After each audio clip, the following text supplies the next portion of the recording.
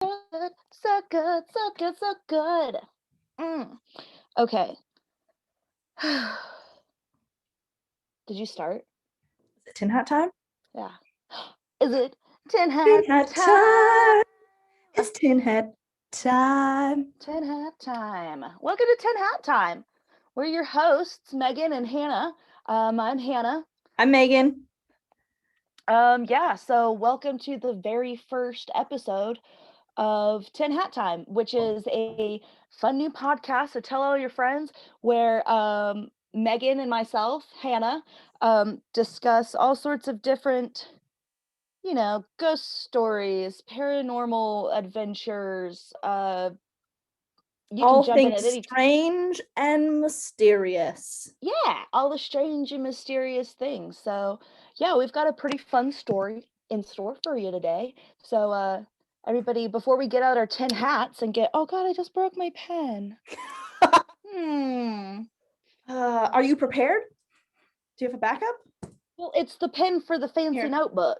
I'll give you So, mine. like, I didn't break it. I just broke the top. Anyway, this is incredible content.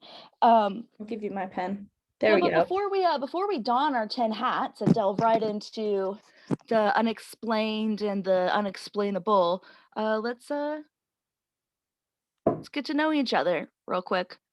Oh. Who are you? Who are you, Megan? Tell me who you are. Oh, this was unexpected. I know, We that's didn't why I'm talk doing it to about you. this. I'm Megan. I Yes, am a connoisseur of the strange and mysterious indeed. story-wise. Um, Hannah and I met some years ago and became fast friends because she forced me to. Hmm. And yeah, it's been hijinks and fun ever since. My I mom like and that. Hijinks and fun. that's yeah, a lot of fun stuff. Yeah. So, how about you, Your Hannah? mom? That's true. I am a mom. I am a mother. So, I'm so sorry. yeah, I know. But she's I mean, great. she's cute. I like her. It's fine. She is. She's a lot of It's fun. whatever. She's got a good sense of humor. So, as you can as a toddler.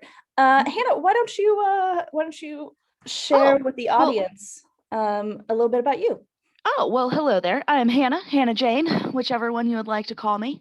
Yeah, and like Megan said, we've been friends since about 2012.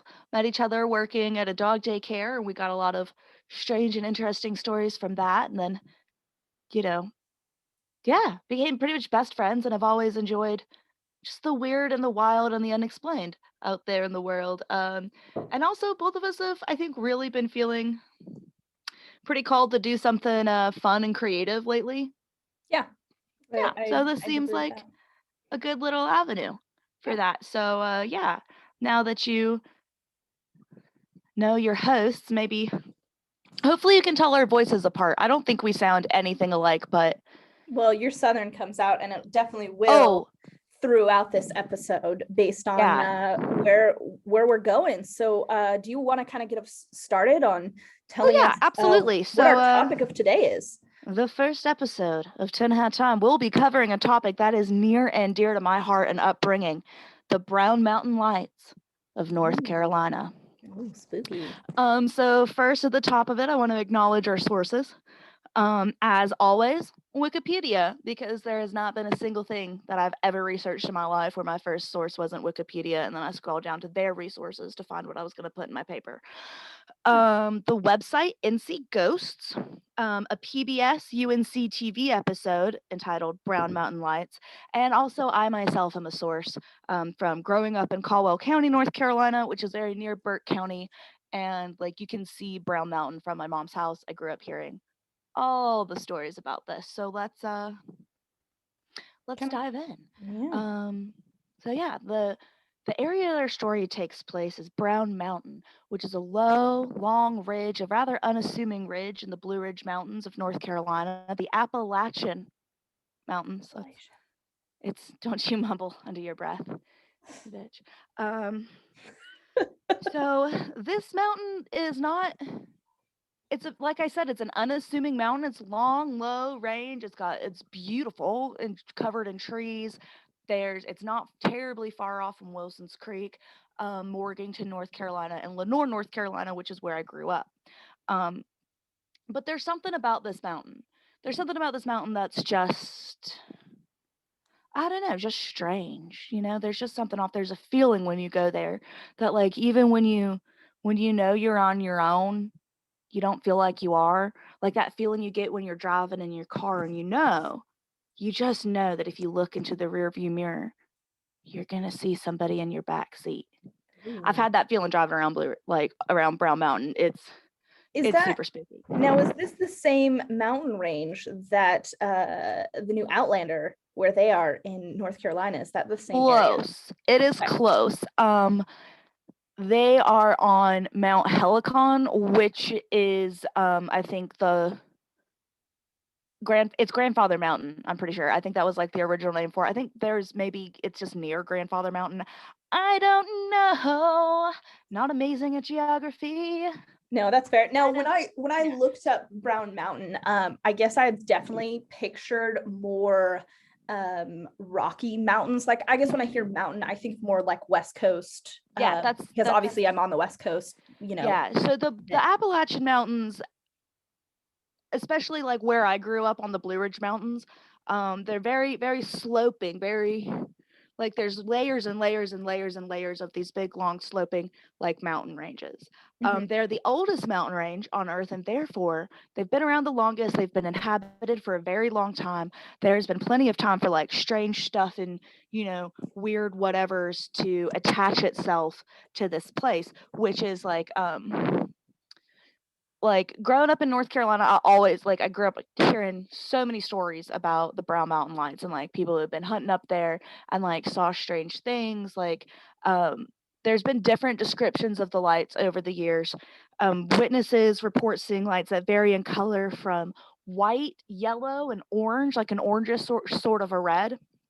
They behave differently as well. Um, so Now, sometimes, say are again. they like above the mountain, or are they like, do you So see them like in the trees? Like, So kind of both. There's a few different variations on what witnesses report seeing the Brown Mountain Lights, and when they report the phenomena, there's always a few different things that are okay, considered Brown Mountain capital L lights. okay, Um, so sometimes like you see a white light that's kind of like stationary and gives like a little flash. Now I think I have the explanation for that one that we'll get into a little bit later. okay. So there are some people who witness a yellow or an orange kind of a light that starts like kind of like wavers, like bobs and weaves its way up over the trees and then up Oh, above the ridge line and kind of disappears among the stars. interesting. That's been reported as seeing. And there are videos and photos of the lights.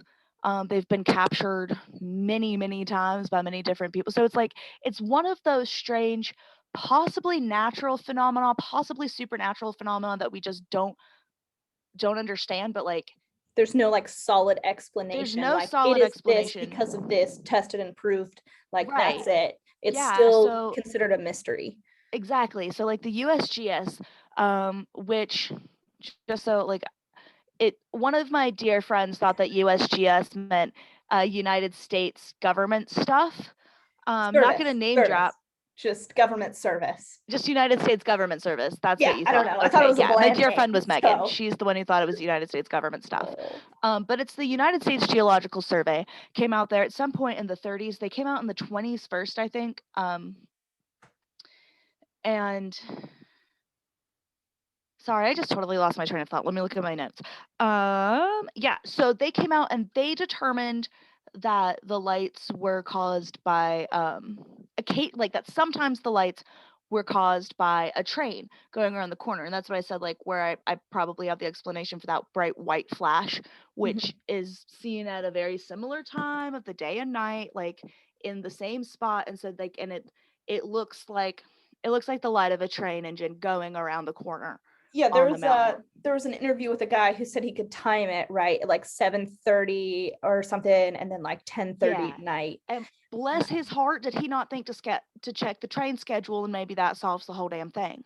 Yeah, well, that was confirmed, Hmm. but there's Right. other stuff that is not confirmed. Which is what I'm saying. Like, not every light that shows up on Brown Mountain is a capital L Brown Mountain light. But there are some things like in that PBS documentary from UNC TV, they were interviewing a guy from Appalachian State University who is a physics instructor up there, and I completely neglected to write this gentleman's name down. Is that But he, Phillips? I think it what was was it? I think it was Phillips.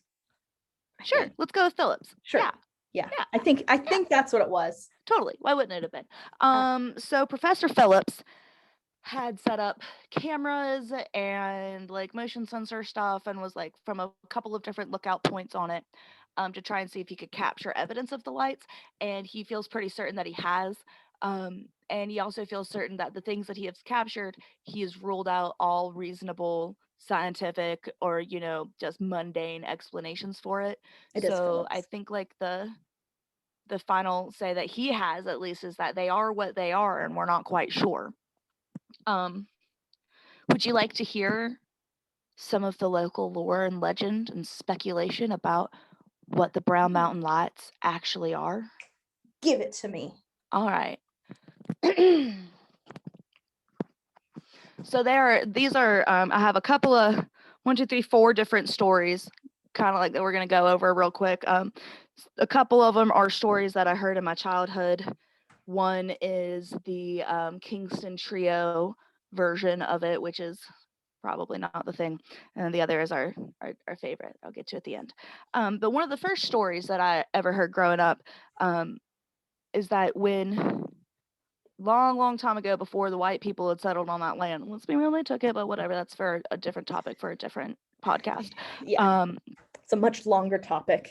Indeed, but that there was a Cherokee woman who had fallen in love with a Catawba man, and they're 2 different Native American tribes that are in the region.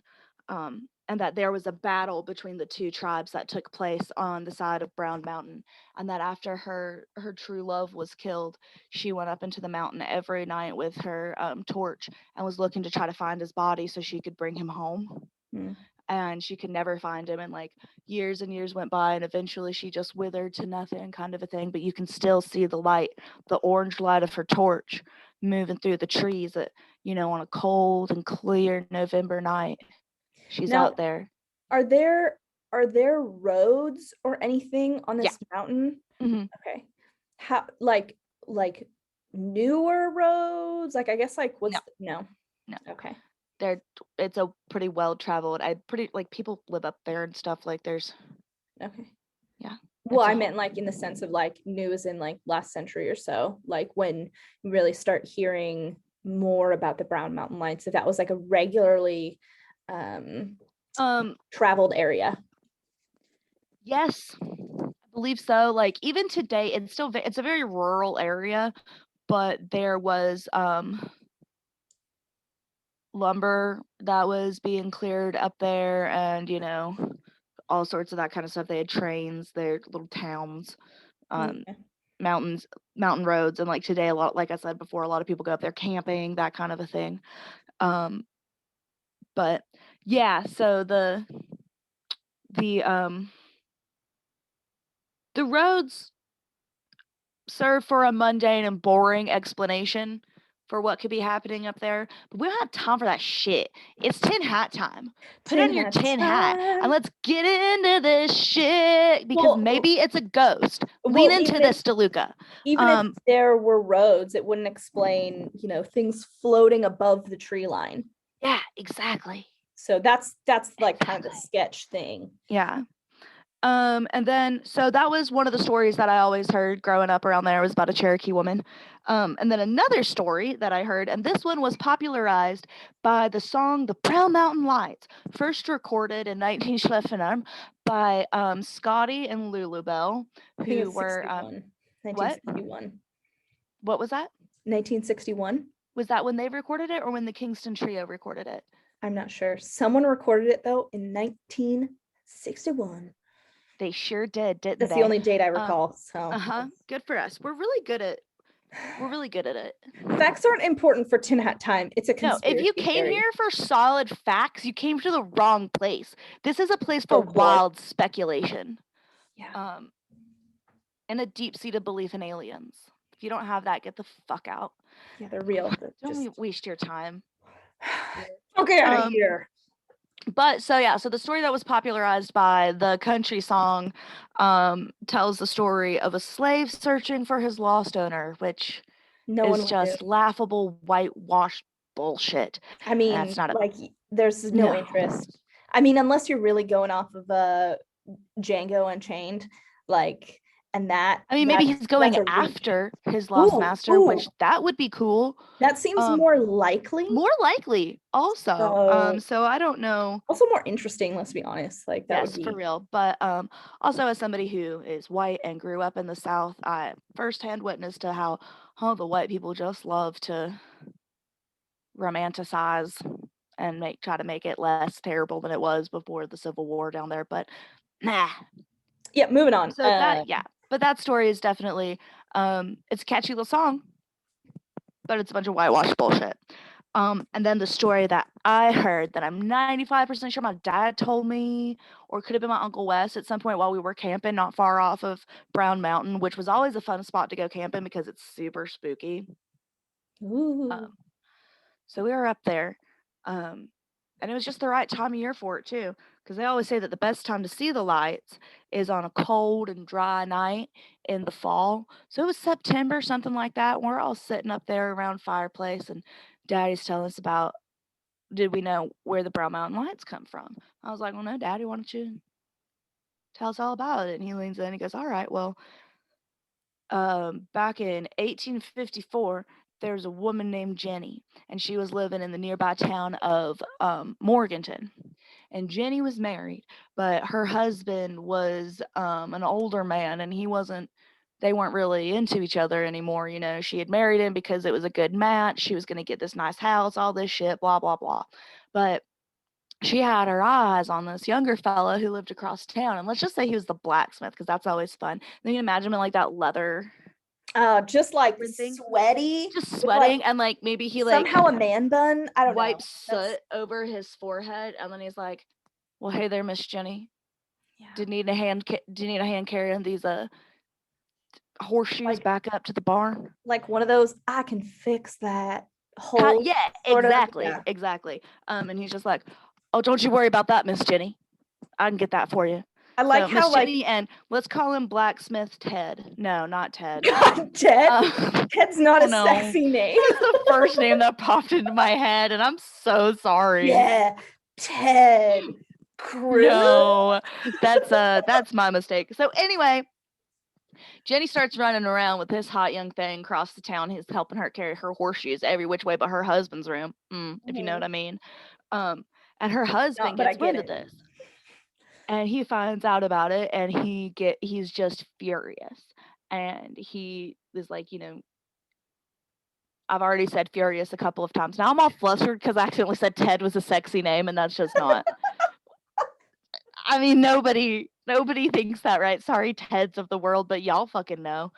I think Alejandro is like universally the sexiest name. Yeah, but nobody's named Alejandro in the fucking Appalachian Mountains in 1854.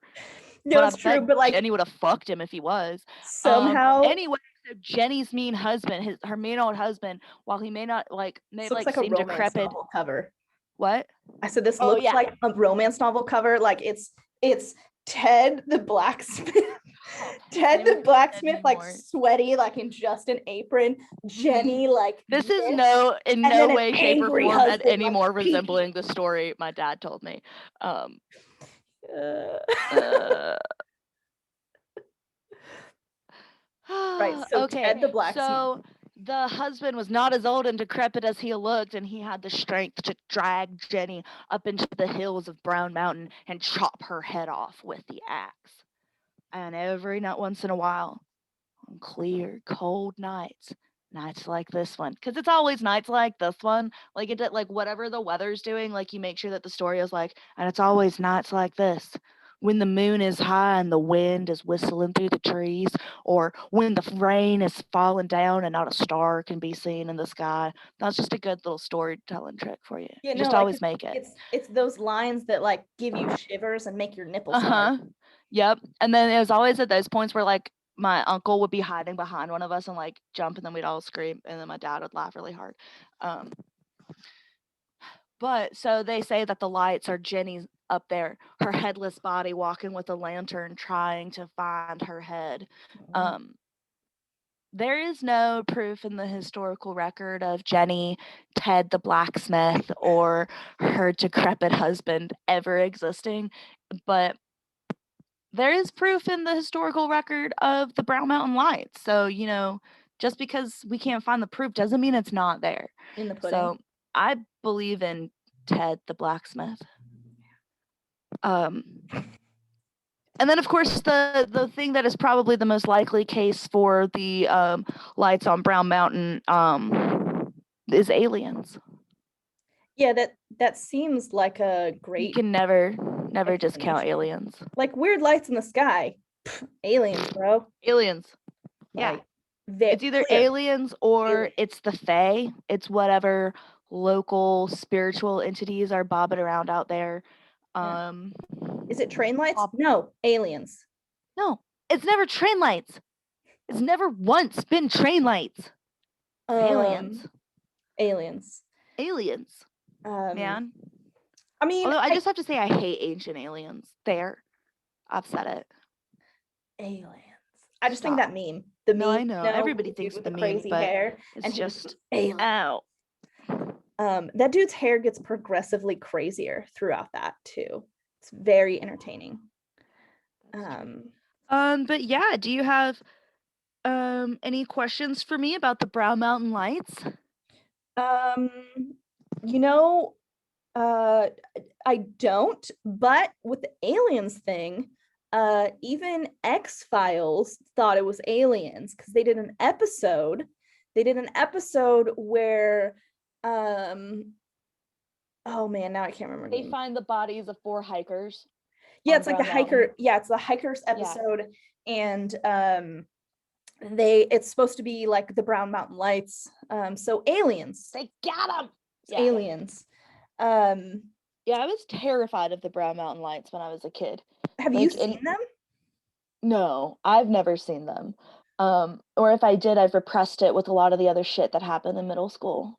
Yeah, it's probably because aliens. So Probably, again, I'm not going to discount aliens. The so aliens who made my parents get divorced. they made I'm all our fine. parents get divorced. It was 20 years ago. I'm fine. God, I hope they never listen to this. But yeah, so I mean, with the Brown Mountain Lights, you know, how often, I guess, would you say like this is something that's like told in North Carolina? Like, do you think this is like a statewide thing? Like everybody knows about the Brown Mountain Lights? I think so. Again, I grew up right on the line between Caldwell County and Burke County. Mhm. So you can see Brown Mountain from my mom's house. Yeah. So we all knew about the lights, but it's kind of akin to something like Roanoke, like the Lost Colony of Roanoke. And like in the 4th grade, everybody learns about like state history stuff. Like I just grabbed onto the what are our state ghosts for that thing of it. There have been a few episodes of like different shows like Ghost Hunters and that sort of a thing where they've examined the Brown Mountain Lights. Jules Verne, in a book that came out in the 1916 to 1920 time frame, Mhm. wrote a book. God bless it. Is it in my notes? Sure isn't. Why would I write anything I wanted to reference down?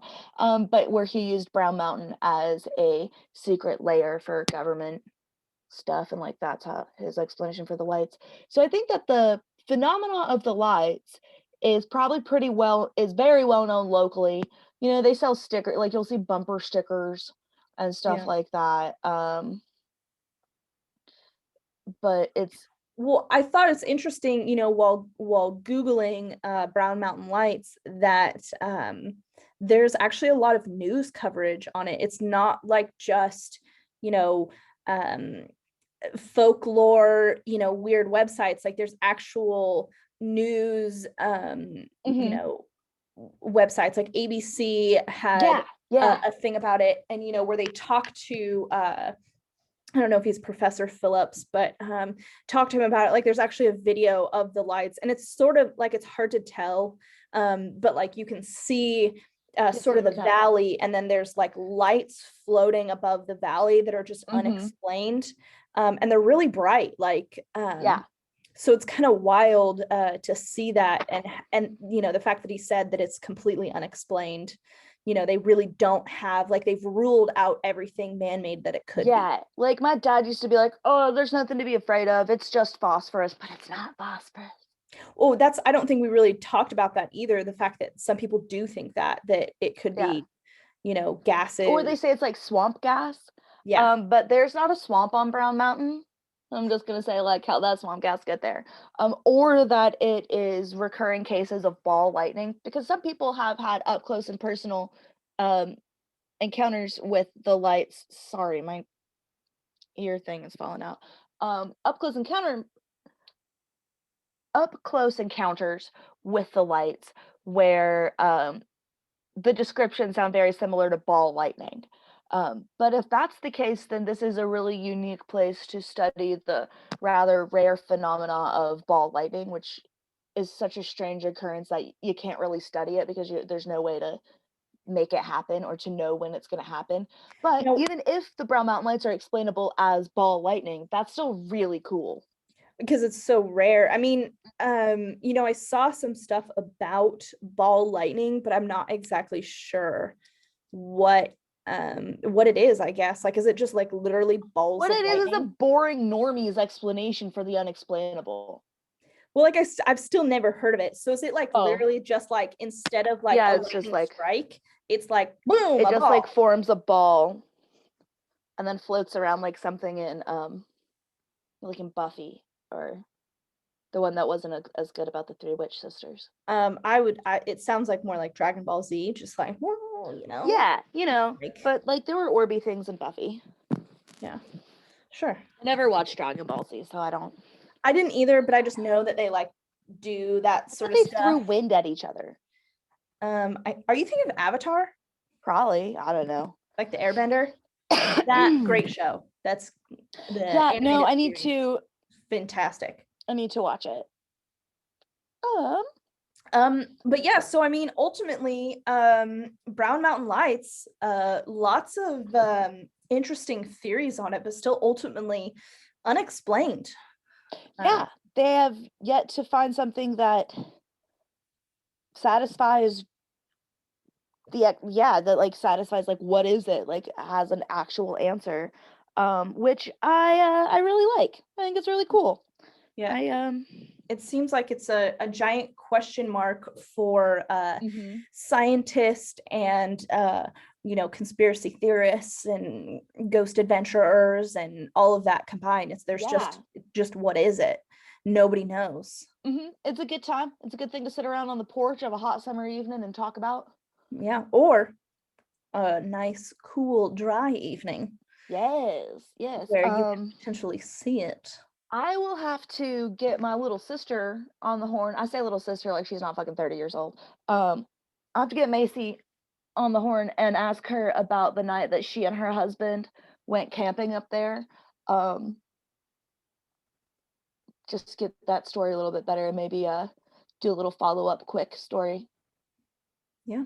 About it. But yeah, because they had a really creepy experience up on Brown Mountain. But okay, really quickly, I just want to say best places and times to see the lights: clear, dry fall evenings, off Highway 118, Wiseman's View, and at the Lost Cove Overlook, milepost 310. And does that include? I think there's like a lodge or a hotel that is in view. Is that part of it? It may not still be there. If it, I don't That's fucking fair. know, dude. But I know yeah, what I wrote on this paper, and not a word more. it's all good. Well, you know, thanks everyone. I mean, unless there's more to add, is there anything more to add? No, I don't think so. I think that this was fun. As I'm sure you guys have gathered, if you're still listening to this and you didn't just click off because of the what the fuckedness of it all, yeah, this is our first time podcasting, so I think it was fun. Yeah. Join us Enjoyed next recording. time as we explore other fun, interesting topics that are yet to be decided because we're procrastinators. But we have a list. So, you know, we definitely have some interesting topics coming up.